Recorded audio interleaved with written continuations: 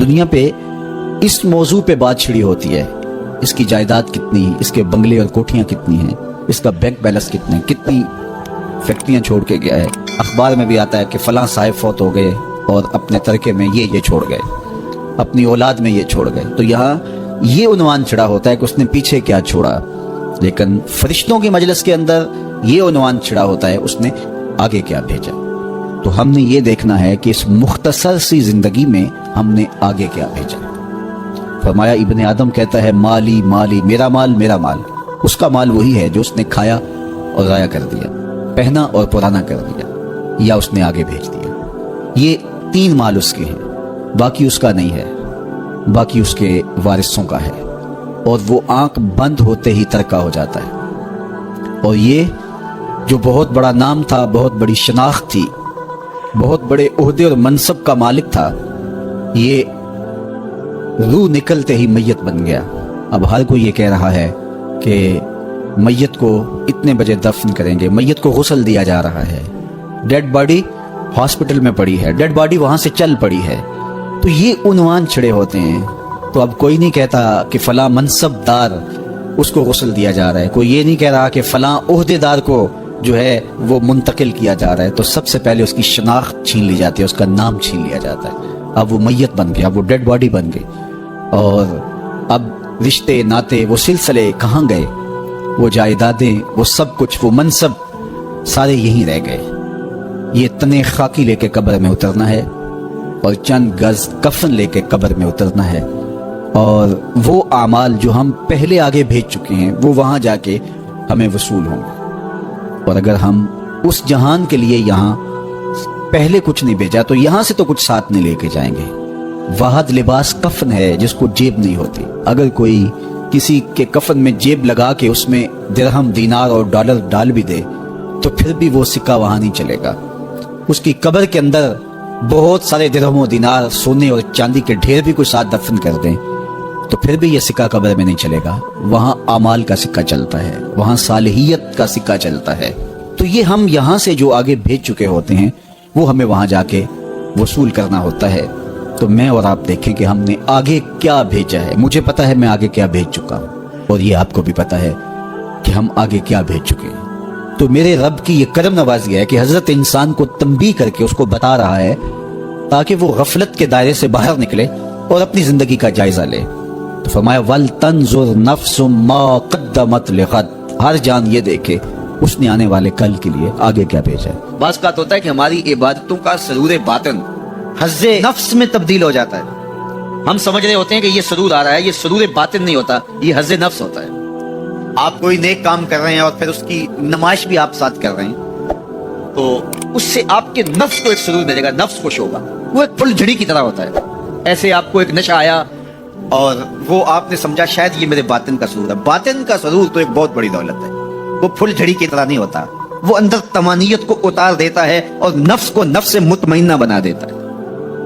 تو یہ جو لوگوں کی مدد کر رہے ہیں اور تھیلا ان کو آٹے کا دے کر کے 10 اخباروں میں تصویریں چھپوا رہے ہیں اور پھر اس کو دوستوں کے اندر شیئر کر رہے ہیں اور وہ ماشاءاللہ ماشاءاللہ لکھ رہے ہیں، تو وہ حظ نفس ہے، وہ حظ نفس ہے، وہ حظ روح نہیں ہے، وہ قرار باطن نہیں ہے، وہ تسکین قلب نہیں ہے۔ تو عبادات کا ایک سرور ہے، ایک لطف ہے، حلاوت ہے، ایک مٹھاس ہے جو اہل ایمان کو حیات طیبہ کی صورت میں نصیب ہوتی ہے۔ تو جب عبادت کا روحانی لطف آنا شروع ہو جائے، جب ان کا سرور باطن نصیب ہونا شروع ہو جائے تو پھر سمجھ لینا کہ اللہ ہماری عبادتوں کو قبول کر رہا ہے اور ایک مطمئن اور پاکیزہ زندگی ہے۔ اللہ اکبر۔ ارشاد فرمایا وَمَن يَتَّقِ اللَّهَ يَجْعَل لَّهُ مَخْرَجًا، جو اللہ تعالیٰ سے ڈرنا سیکھ جاتا ہے، اللہ تعالیٰ کے حکام کو بجا لانے کی کوشش میں لگ جاتا ہے، يَجْعَل لَّهُ مَخْرَجًا، اللہ اس کو مشکلوں سے، مصائب سے، آلام سے، تکلیفوں سے نکلنے کے راستے نصیب کر دیتا۔ زندگی مشکلات کا نام ہے، زندگی کوئی آسان نہیں۔ وہ کسی نے کہا تھا زندگی ہے یا کوئی طوفان ہے، ہم تو اس جینے کے ہاتھوں مر چلے۔ تو زندگی ایک مشکل مرحلہ ہے، لیکن جب بھی مشکل آتی ہے اللہ کوئی راستہ عطا کر دیتا ہے اور آپ کو آسانی سے اس مشکل سے نکال دیتا ہے۔ وہ مشکل آپ کے لیے ذلت کا ذریعہ نہیں بنتی، بلکہ اس مشکل کی کوکھ سے ایک راستہ نکلتا ہے اور جو ہے وہ روشنی پھوٹتی ہے۔ تو یہ ہے اللہ کی طرف سے تمہارے لیے ایک مخرج، اللہ تمہارے لیے ایک راستہ نکالتا ہے۔ تو یہ اس کا مقصوم ہے جو اللہ سے ڈرنے والا ہوتا ہے. وَيَرْزُقْهُ مِنْ حَيْثُ لَا يَحْتَسِبُ، اور اللہ اسے وہاں سے رزق دیتا ہے جہاں سے اسے گمان بھی نہیں ہوتا. اس کے لیے غیبی دروازے رزق کے کھول دیتا ہے. اس کی ضروریات اللہ اپنے کرم سے پوری کرتا ہے. اللہ سے ڈرنا سیکھ جاؤ، مشکلات آسان ہو جائیں گی، تکلیفیں آسان ہو جائیں گی، مشکلات سے نکلنے کے راستے کھلنا شروع ہو جائیں گے، آلام و مصائب کے پہاڑ راستے سے ہٹنا شروع ہو جائیں گے. یہ اللہ تعالیٰ جل شانہ کا یہ ایک نظم ہے. وہ 3 اشخاص کی کہانی تو آپ جانتے ہیں جو غار میں پھنس گئے تھے، پھر انہوں نے اپنے صالح اعمال کا وسیلہ اللہ کی بارگاہ میں پیش کیا اور پتھر سے رکھنا شروع کیا. اللہ فرماتا ہے کہ میں راستے نکال دیتا ہوں اور وہاں سے رزق دیتا ہوں جہاں سے اسے گمان بھی نہیں ہوتا. وَمَن يَتَوَكَّلْ عَلَى اللَّهِ فَهُوَ حَسْبُهُ، اور جو اللہ پر بھروسہ کر لیتا ہے اللہ اس کے لیے کافی ہو جاتا ہے. یہ ان لوگوں کا مقصوم ہے، ان لوگوں کی کہانیاں ہیں جو اپنی زندگی کو اللہ کے راستے پہ ڈال دیتے ہیں. اور وہ لوگ جو اپنی خواہشات کے بندے ہوتے ہیں اللہ ان کی زندگیوں کو تلخیوں میں مبتلا کر دیتا ہے. دولت کے باوصف وہ اذیتوں میں زندگی بسر کرتے ہیں. ارشاد فرمایا وَمَنْ أَعْرَضَ عَنْ ذِكْرِي، جو میرے ذکر سے اعراض کرے، میری یاد سے منہ پھیر لے، میرے بتائے ہوئے احکام پر عمل کرنے کی بجائے ان سے روگردانی کرنے کا مزاج پیدا کر لے، فَإِنَّ لَهُ مَعِيشَةً ضَنْكًا، ہم اس کی معیشت تنگ کر دیتے ہیں. جب آپ کے لیے مشکلیں پیدا ہوں، مسائل پیدا ہوں، تو اس وقت ہم دیکھیں کہ ہم سے اللہ کی کوئی نافرمانی تو نہیں ہوگی. جب اس کی نافرمانی ہوتی ہے تو پھر آپ پر مشکلات آتی ہیں، آپ کی معیشت تنگ ہوگی، آپ کی اولاد نافرمان ہونا شروع ہو جائے گی، آپ کے معاملے پیچیدہ ہونے شروع ہو جائیں گے، لوگوں سے الجھاؤ پیدا ہونے شروع ہو جائیں گے، اور مخلوق خدا سے آپ کی دنیا اور جو ہے وہ لوگوں کے دلوں میں آپ کے لیے نفرت کے جذبات پیدا ہونا شروع ہو جائیں گے. یہ دلیل ہے کہ آپ سے کوئی ایسی بات ہوگی جس سے آپ کا رب آپ سے ناراض ہے، اور جب آپ کا رب آپ سے راضی ہوتا ہے تو آپ کے لیے راہیں کشادہ ہونا شروع ہو جاتی ہیں، راستے کھلنا شروع ہو جاتے ہیں. اس لیے مشکلات میں اللہ تعالیٰ کی طرف رجوع کریں. قرآن مجید میں دوسرے مقام پہ ارشاد فرمایا من کان فی ہذہ اعمی فہو فی الآخرۃ اعمی واضل سبیلا، جو اس دنیا میں اندھا رہا کل قیامت کے دن بھی وہ نابینا اٹھایا جائے گا. دنیا میں اندھا رہنے سے کیا مراد ہے؟ اس نے اپنے مقصد زندگی کو ہی نہ سمجھا. 60 سال کی، 70 سال کی، 50 سال کی زندگی عطا کی گئی تھی. یہ زندگی کیوں عطا کی گئی ہے؟ وہ منصوبہ بندی اس دنیا کی زندگی کے لیے تو کرتا رہا، سویر سے شام تک، شام سے سویر تک لگا رہا جی میں اپنا مستقبل ٹھیک کر رہا ہوں. 18 19 20 سال تک اس نے پڑھا، دن رات محنت کی، پھر اس کے بعد ڈپلومے کیے، اس کے بعد اس نے ہنر سیکھا، پھر کاروبار میں آیا، دن رات ایک کر دیا، خوشیاں چھوڑی، شادیاں چھوڑی، دوست چھوڑے کہ بس میں اپنا مستقبل بنانا ہے. 30 سال کی زندگی میں اس کا مستقبل سیدھا ہوا. 45 سال کی زندگی میں بیماریوں نے حملے کر دیے. 50 سال کی زندگی میں انتقال کر گیا. 15 سال کا مستقبل تھا اس کا، جس کے لیے اس نے جو ہے وہ 35 سال 40 سال صرف کیے. یہ تھا اس کا ٹوٹل مستقبل. کسی کا 20 سال کا مستقبل ہوگا، کسی کا 30 سال کا ہوگا، لیکن وہ مستقبل کو بھول گیا جس کا ایک دن 50,000 سال کا ہے. 50 سال کا نہیں، 50 سال کا نہیں، قرآن بتاتا ہے 50,000 سال کا ایک دن، پھر نہ ختم ہونے والی زندگی. میاں صرف اس زندگی کو مقصود تو وہ سمجھے جس کا آخرت کا عقیدہ نہیں ہے، جو یہ یقین رکھتا ہے اللہ رسول پر، اس کو جو ہے وہ کامل یقین ہے، اور قرآن مجید پر اور حدیث طیبہ کے بتائے ہوئے ضابطے اس کو مستحضر ہیں، اور وہ جانتا ہے کہ آخرت ہے، ہم اعمال کی جواب دہی کے پابند ہوں گے. یہ دنیا آخرت کی کھیتی ہے، بوائی کا موسم ہے، آخرت کٹائی کا موسم ہے، تو وہ کیسے آخرت سے غافل رہ سکتا ہے؟ تو اگر وہ اس دنیا کی زندگی کو سمجھا نہ اور نابینا رہا تو کل قیامت کے دن بھی نابینا اٹھایا جائے گا. وَأَضَلُّ سَبِيلًا، یہ بھٹکا ہوا شخص ہے جس کو مقصد زندگی سے ہی آگے ہی نہیں ہے. ہمیں پیدا کیوں کیا گیا، ہم آئے کیوں؟ تو میاں ہم اس دنیا پر آئے ہیں تو ہمارے آنے کا کوئی مقصد تھا، مدعا تھا. اس مدعا کو حاصل کرنے کے لیے ہمیں دن رات کوشاں رہنا چاہیے. استغفار کریں، تقوی کے خوگر ہو جائیں، شکر کرنے کی عادت ڈالیں. جو شکر کرتے ہیں اللہ تعالیٰ ان کو اور زیادہ عطا فرماتا ہے. اس طرح دوسروں کی پریشانیاں دور کریں، اللہ آپ کی پریشانیاں دور کرے گا. بانٹنے کا مزاج پیدا کریں. آپ کے پاس جو بھی ہے بانٹ دیں. علم ہے تو بانٹیں، خوشیاں ہیں تو بانٹیں. آپ کے پاس دولت ہے تو لوگوں کے دکھ اس دولت سے دور کرنے کی کوشش کریں. جب آپ بانٹنا شروع کر دیں گے تو آپ کا رب آپ کو عطا کرنا شروع کر دے گا. جو آپ نے دیا ہے، جو بانٹا ہے، وہ بھی آپ کا نہیں تھا، وہ بھی تمہارے رب نے تمہیں دیا تھا، لیکن اس کے بدلے میں جو عطا کرے گا، اللہ اکبر. کسی نے کہا کتنا دینا چاہیے؟ تو کہا اگر تم گن گن کے دیتے ہو تو پھر ایسے ملے گا، اگر بے حساب دیتے ہو تو وہ بھی بے حساب عطا کرے. وہ کسی زمانے کے اندر کنویں سے زمینوں کو سیراب کیا کرتے تھے. کنویں سے پانی نکال کر کے سیرابی ہوتی تھی. بعد میں یہ ٹیوب ویل آ گئے. تو میرے بزرگ فرمایا کرتے تھے کہ کنویں جا کے دیکھو ان کا پانی بہت نیچے چلا گیا اور بہت گدلا ہو گیا. ان کا پانی تو شفاف تھا اور وافر اور فراواں تھا, اب گدلا ہو گیا اور بہت نیچے چلا گیا. تو فرمایا کرتے تھے کہ جب یہ کنویں اپنا فیض باہر دیتے تھے, نیچے سے چشمے پھوٹتے تھے, سوتے پھوٹتے تھے, اور اللہ ان کو عطا کرتا تھا. جب انہوں نے باہر دینا چھوڑ دیا تو اللہ نے بھی ان کو عطا کرنا چھوڑ دیا.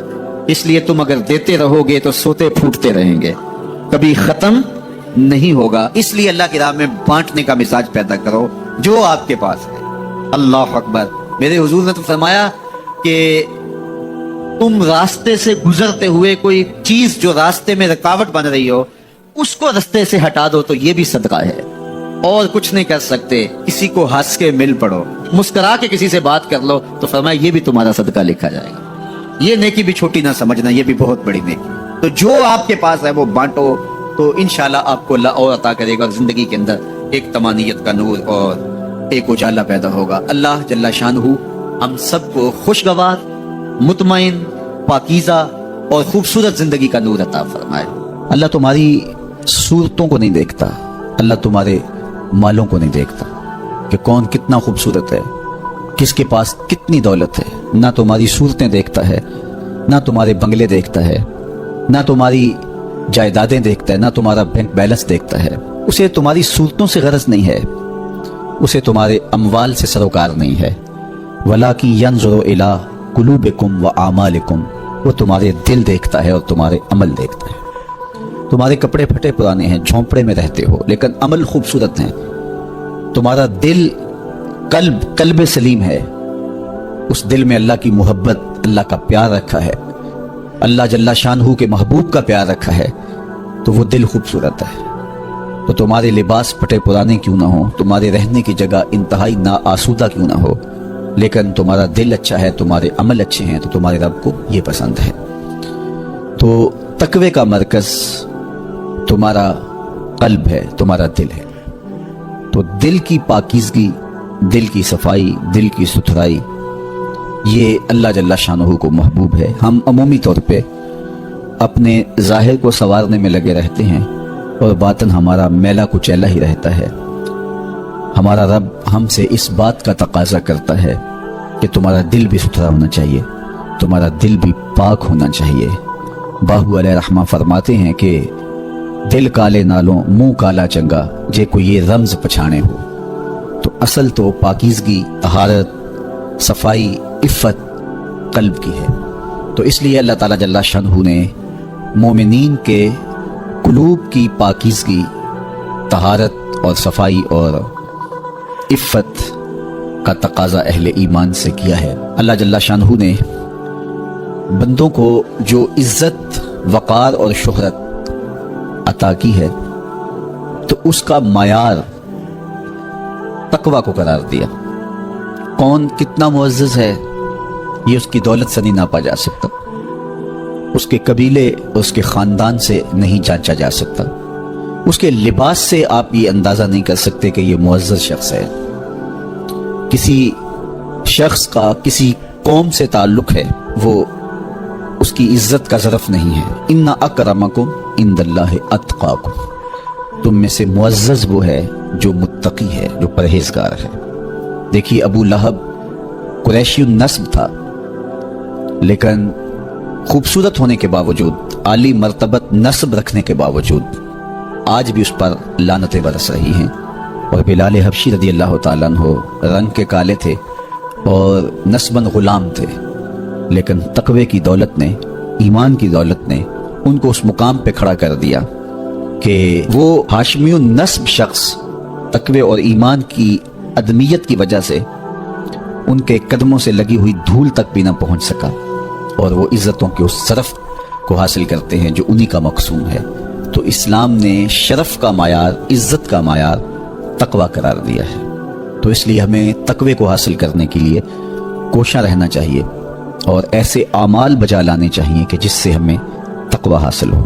ہر سال رمضان المبارک آتا ہے اور گزر جاتا ہے, اور ہم جہاں ہوں وہیں کے وہیں کھڑے رہتے ہیں یا 2 قدم پیچھے سرک جاتے ہیں. تو ہمیں سوچنا چاہیے زندگی بار بار نہیں ملتی, یہ اللہ کی نعمت ہے, یہ اللہ کی کرم نوازی ہے.